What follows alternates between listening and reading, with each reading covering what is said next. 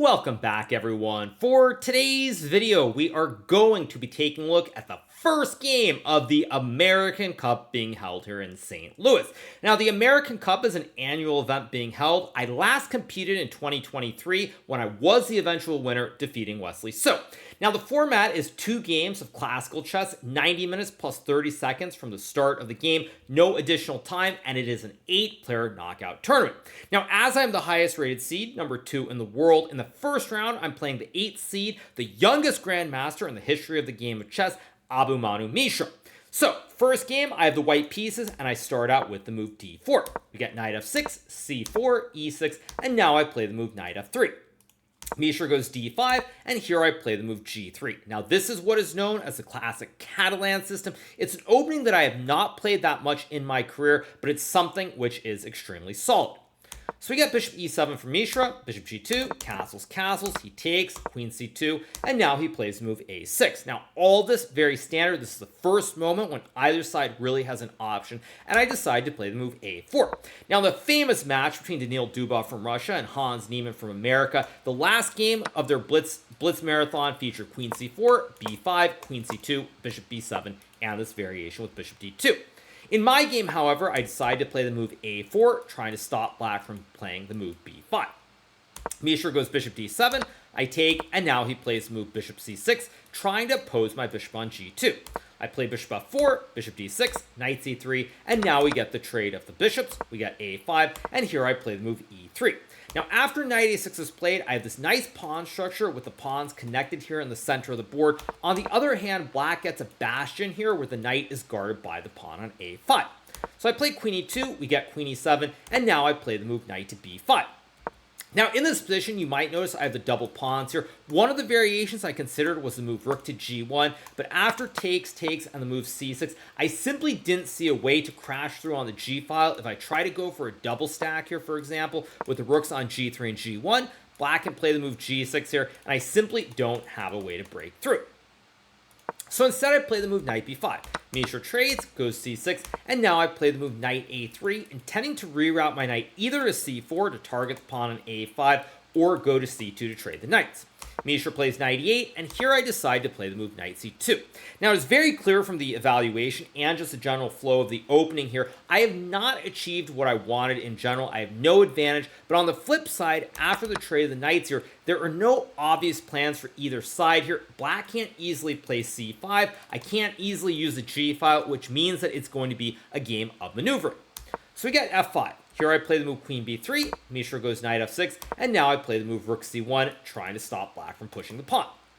We get knight d5, and here I play the move rook g1, trying to use both the open g file as well as the c file with the 2 towers. Mishra plays rook f7, and here I play the move rook c5, and now we get the move king h8.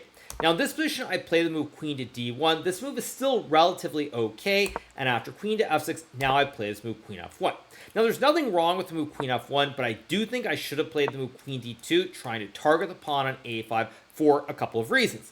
First of all, if black plays the obvious-looking move knight b4 to stop me from capturing the pawn, after the move rook to e5, I have this classic diamond hands formation in the middle of the board, and my rook on e5 is actually targeting the pawn on e6 and the pawn on a5.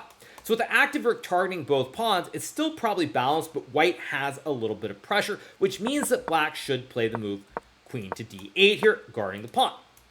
So I go queen f1 instead here. Now we get the move rook c7, and at this point, Mishra has completely equalized because here black is going to play the move b6, which will guard the pawn on a5, and then he is going to stack the rooks on the c file. So I go queen g2. We get b6, rook c4, rook c8, and at this point, I have no advantage whatsoever. The rooks are guarding the pawn, and these pawns are guarding each other, and the knight can always jump to b4 to guard the pawn on c6. So I play rook c1. Mishra goes queen e7, I play h3, and now we get the move knight b4, and here I play the move bishop e2.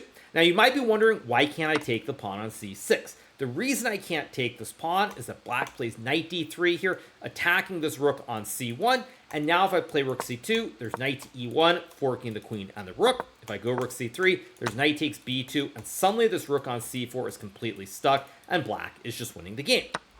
If I play the move rook to b1 here, black can play knight takes pawn, and after takes, Black has the open file. This king is a little bit weak on h1. Their ideas like queen c7 as well, and black is very close to winning the game.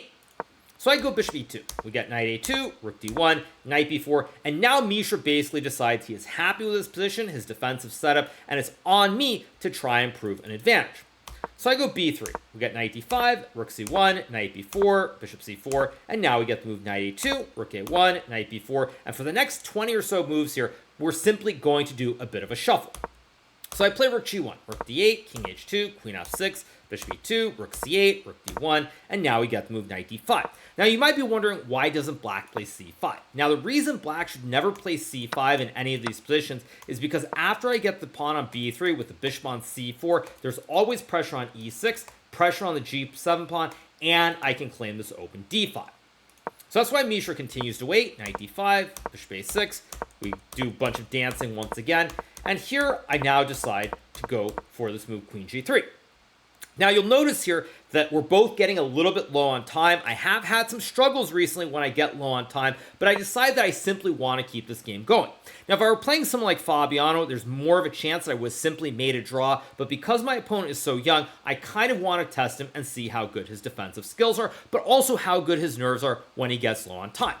So I go queen g3, we get rook d8, and now I play the move h4. This is really the only try I have left. I can't ever really get f3 and e4, as black will take, and even if I get rook e1, for example, say we got some position like this, if I ever go e4 after takes, I will lose the pawn on f4.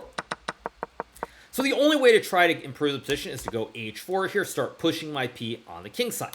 We get queen f7, bishop e2, rook c8, and now I play bishop a6, and finally I continue with the move h5 and the bishop guarding the pawn.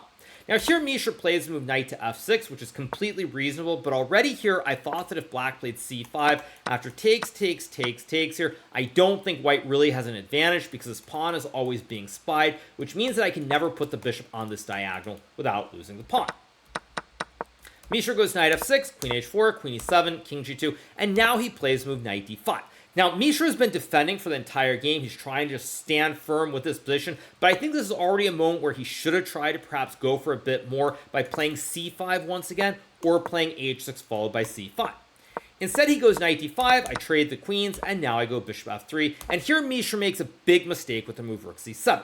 Now, this doesn't lose the game or anything, but in this position, if Mishra had played the move knight b4, simply guarding the pawn on c6, after rook c4 and rook c7, once again, black has this very stable setup, knight and rooks guard the pawn, and white simply has no advantage whatsoever. But after rook c7, now I can trade the bishop for the knight, and this is a critical moment where the best move here is to actually take with the e-pawn, and after king f3 and a move like king to g8 here, white is maybe marginally better, but again, the pawns are very, very solid here. Black is guarding everything, and after, say, rook g5 and rook f7, white has no way to break through. Instead, Mishra plays the natural move, c takes d5, but now after rook to b1, even though the position is equal, there are going to be some open files. Black has some weaknesses with the pawn structure, and already here, this will require some precision to draw the game. So we get king g8, I go b4, we get rook c4, I trade, and now I play this move king f3. Now I was very unhappy with myself. I spent something like 20 seconds before playing this move, and this was a moment where I simply lost my nerve, I guess you could say, or I simply didn't sense the position. Now here I'm up 3 minutes on the clock. I feel like there should be something good here with an open file, but when I play the move king f3, I actually thought that I was completely winning here, and I missed the move which Mishra will play in the game.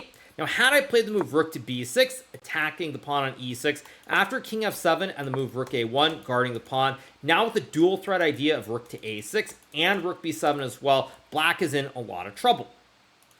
So I go king f3, and now Mishra finds the only move here, which is rook to b4, and unfortunately, at this point, I no longer can activate the rook on the file.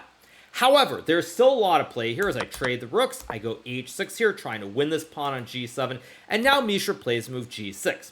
Now, it's still within the realm of being able to draw, but the computer here actually wants black to play the move rook to b8, simply giving up this pawn here, because after takes, king to f8, if white takes the pawn, after king g8, rook g7, king h8, rook g1, black can go b3, rook b1, and after king to h7 here, black will win the pawn on h6, but on top of winning the pawn on h6, black will, or sorry, not there, black will also be able to win this pawn on the a file as well, and after takes, the rook guards the pawn, and the game will end in a draw. But Mishra's low on time. He plays move g6, we get rook b1, rook b8, king e2, and now he plays move b3. Here I go king d3, and Mishra plays move rook h8. Now at this moment, I have the dream. I have 6 minutes on the clock, my opponent has 1.5 minutes here. There is a 30-second increment every move, but I have 6 minutes to find the win. So I take on b3, he takes on a4, and now I play the horrible move rook to b7. Now this move was simply an oversight on my part here. I actually missed the move which he plays in the game, which was rook to a2. I was originally going to go rook h8, but after king f7 and rook h8, I simply wasn't sure about this endgame. After king f6, takes, g5, takes, rook e7, takes, rook e5, rook a5, king c3, rook b5, and f3. However, this is a winning endgame after king f6 and e4, because after takes, the pawn guards the rook, and I win this pawn on d5. But I wasn't 100% sure this was winning, and then I thought that after rook b7 here, I was just winning the game immediately, and I overlooked the move rook a2. So here I go check, king h8, rook e7, he has to go back. If he were to take on f2, there would be rook to e8 checkmating the king. So we get king g8, takes, check here, rook h8, rook king f6, and now I take the pawn on h7. Here, Mishra plays the move g5, the best move in the position, and now I play the move pawn takes pawn. Now, it's important to note that when we got to a position around here, because I was up so much time on the clock, I already had this feeling that I had missed the win with rook h8, rook h7. The line that I just showed you with the rook on e5 was in my mind, and this definitely affected me a little bit because I knew that I had already missed a very clean win. So I trade the pawns on g5. Now I go rook d7. Initially, I also thought that I could go rook d7 here, but after takes, h7, there's rook h2 stopping the pawn. And after pawn takes pawn, there's a very important move here, which is the move rook to h3, checking the king. Because if black goes king g6 after king c3, white is winning the game, as my king will simply go up the board. If black plays check, the king runs up, catches the pawn. Black is always stuck guarding this pawn, which will queen. And if black trades, after takes, here, king c5, I win the pawn on d5, and I win the game. So here I take, we get takes, rook d7, takes, king g6, rook e5, and now Mishra plays this move rook a2. Now this move is a horrible blunder, which loses the game on the spot for a second time. Now, I think in my mind, I'd actually thought that Mishra played the move king f6, because here after rook to a2, for anybody who's watching the video, I was looking away from the board for quite a while before moving, and one of the big dangers of doing this is that sometimes when you look away from the board, you're calculating all these long lines, and you actually lose track of where the pieces are. Now, after the move king to f6, this game would end in a draw after e4, because after rook takes e4 and rook to a2. After king to c4, black has to move rook to a8. If white goes d5 here, there's rook a4 check, and the king and pawn endgame is simply a draw. And if white goes king c5 in this position, black can now go king to f5, and if you go rook e1, there's check, and you just keep checking forever, and white has no way to progress. But when Mishra goes rook to a2 here, I inexplicably play the move e4 anyway, and I simply have no words for why I played this. Now, if I had played the move d5, this is simply a winning position on the spot here, because after black plays a move like rook to a4, I simply go d6, followed by d7, and it's GG, why not? If black were to play a move like rook to a6 here, for example, after rook d5, rook to a8, there's d7, rook to d8, and now I can simply go king c4, king f6, king c5, king e6, king c6, king and the rook guard the pawn, and white is just winning. So I'm not really sure what I saw here in terms of why I didn't play this move. Even now, nearly a half hour after the game is ended, I'm still a little bit confused by the whole thing. I'm in a little bit of a daze. But instead, I play this move e4. Now, initially, when you look at the position, it looks like this king is cut off by a row. So this is actually a winning rook and pawn endgame. But in fact, due to the rook being on e4 here, this is a draw. Now, if we get some position, just to illustrate it, with the rook on e1, or actually with the rook on e3, this is winning here. In fact, I think if we get this position with almost any other position here, let me just set this up, or sorry, let me set this up. If we get any other position here, even with the king on f6, this is actually winning. The only situation where this is a draw is if the rook is on either e4 or e5 here. Unfortunately, my rook is on one of these two squares, so after Mishra plays the move king to f5, there is no way to win, because even though the king is cut off here by a file, black has the move rook to a4, and my king cannot escort the pawn up the board. If black were to go rook a1, for example, you got some position like this. This is just winning. This is just winning for white here, because after check king b5, I can start pushing the pawn. The king escorts the pawn up the board, and you win. But after the move rook to a4 is played, my king can't get up, so the rook cuts the pawn off here, and now there's simply no way to progress. If I ever check the king gets back and blockades this pawn, so I'm trying to keep the king cut off by a row here. So I play the move king c3, but now after king to f6, I have to do something. If I play rook e1, black can just wait, king f5, king f7, doesn't really matter. So I decide to play the move d5. Mishra goes king f7, I go rook e2, and now Mishra simply waits with the king here. Because my king cannot cross his 4th rank, the game is a draw. So I play on for quite a while, the result is not in doubt. Finally, after quite a few moves, eventually we end up making the draw. Just to illustrate why I start repeating, if I play the move d6 here, trying to push the pawn, black will go rook to h6, and after d7, there's rook to d6, stopping the pawn. If I go rook d1, black simply camps with the king in front of the pawn, and eventually will capture the pawn, and the game will end in a draw.